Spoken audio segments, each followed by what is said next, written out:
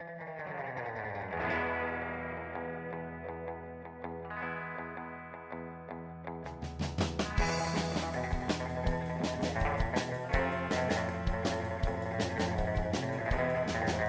a story about 5 people who work in the oil sands in northern Alberta and who also get involved in a karaoke contest in the local bar. I love to sing, and they really helped me to just go for it. It was an opportunity to see people doing something that we all agree on, and nobody agrees on anything about the oil sands. Our film is called Last Woman Standing, and it follows world champion boxers Mary Spencer and Ariane Fortin as they battle it out to determine who's going to be the one person representing Canada at the 2012 Olympic Games. Boxing is a beautiful sport, and we hit and we get hit, but there's so much more to it.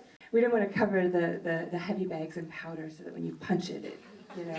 We didn't want to sensationalize it in any way. We wanted it to be a very realistic portrait of what it's like to be an amateur boxer.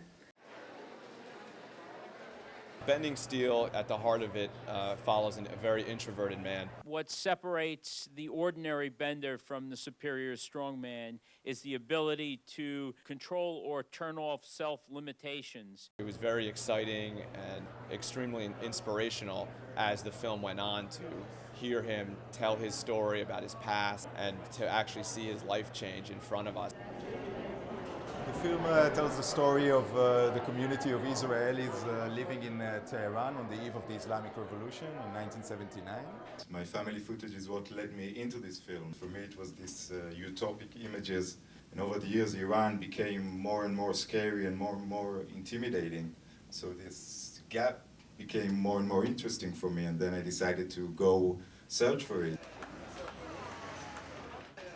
I want people to come to this film with an open minds and open hearts and just see rap music maybe from a different side.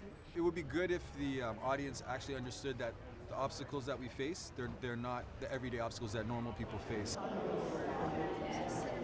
I didn't know the details, and I was astonished once I started. I couldn't believe men would say these things. You know, where have we come as a nation or a world about understanding sexual harassment in the workplace? And I think that people now, whether they want to complain or not, are at least willing to talk about what the climate of their workplace is. And I can certainly tell you that there were some days that I got through it a lot better than others. At the end, you realize that, that you did the right thing. I think the film was acting as like a form of therapy for us, for both ALIAS, myself, but for me it was almost like a piece of performance art in a way. And I think like all of us, like MS or no MS, I think that we go, every day it's kind of like a balance of tough and then just great days as well.